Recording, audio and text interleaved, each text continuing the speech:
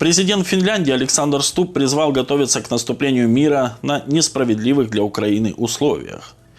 Реальность такова, что и нам, финнам, нужно подготовиться к моменту, когда будет достигнут мир, и что все условия для справедливого мира, о которых мы так много говорили за последние 4 года, вряд ли будут выполнены, заявил он, отметив, что мир может быть либо хорошим, либо плохим, либо каким-то компромиссом.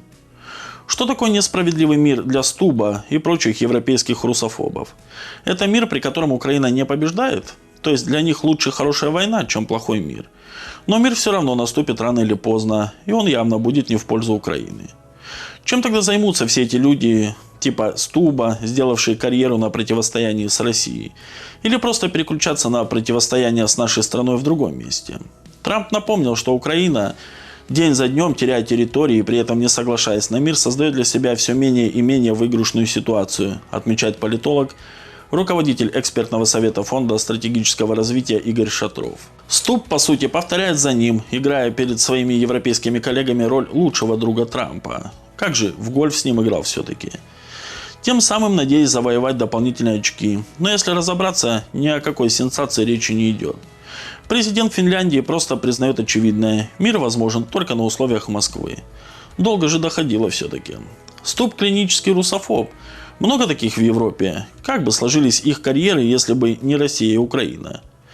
До некоторого времени русофобы Финляндии были маргинальной политической силой. Их заявления вроде требований о возврате Карелии или Выборга никто не воспринимал всерьез. А финны в целом были добродушны и гостеприимны к русским. Но на волне последних событий вся эта политическая грязь прорвалась в первые ряды. Кризис закончится рано или поздно, соседи не выбирают, и с Россией придется сотрудничать. Имея такую протяженную границу, придется или ощетиниться колючей проволокой на всем ее протяжении, как сейчас, или восстановить добрососедские связи, как это было долгие годы. Что-то мне подсказывает, что в будущем Финляндия выберет все-таки второй вариант. А политики вроде Стуба вновь окажутся на маргинальной обочине. Таких достаточно и в других странах Европы, и судьба их, как мне кажется, незавидна.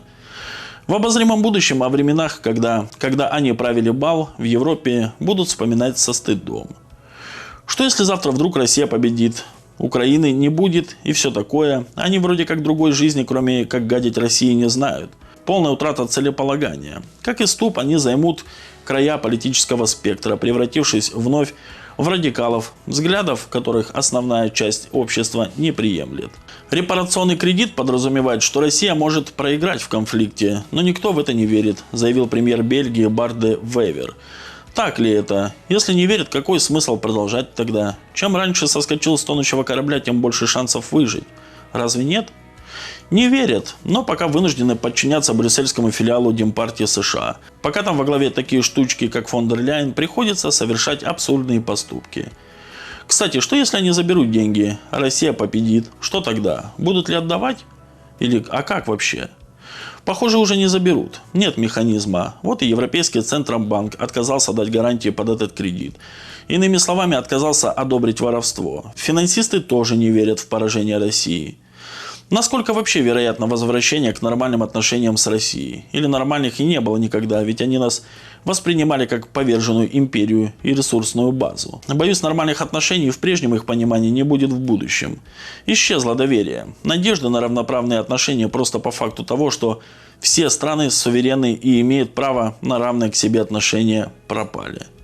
Отношения восстановятся, но это будут холодные, прагматичные отношения. Более того, по возможности будем с ними разговаривать с позиции силы, раз иное им чуждо. Стуб – это человек, который любит деньги и власть, а нагнетание русофобии для него является инструментом решения своих политических задач, уверен кандидат политических наук, профессор Академии труда и социальных отношений Павел Фельдман. В Финляндии для разжигания антироссийских настроений особенно усердствовать не приходится. У населения давно выработался комплекс жертвы, якобы пострадавшей от рук СССР 85 лет назад.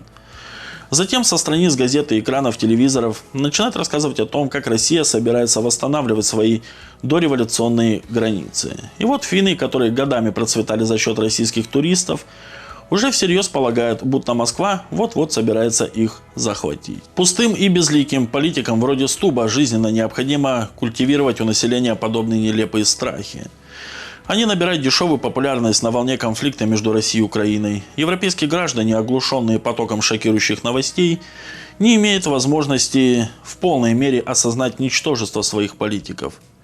Чем все эти политики займутся после Украины? После капитуляции или тотального разгрома Украины европейцы будут искать новую прокси-страну для сдерживания России. В качестве кандидатуры на эту незавидную роль рассматривается Эстония. После успешного завершения СВО в европейском воздухе будет витать ощущение надвигающейся большой войны. На подготовку к этой войне направлены существенные материальные ресурсы из карманов западных налогоплательщиков.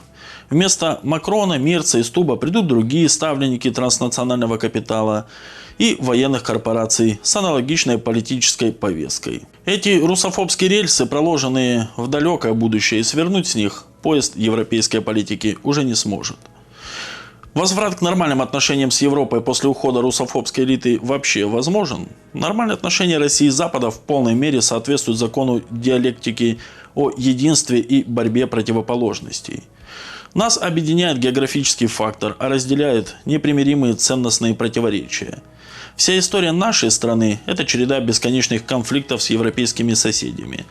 События последних 4 лет окончательно развеяли миф о возможности построить единую Европу от Владивостока до Лиссабона. Наши бывшие партнеры привыкли смотреть на Россию сверху вниз.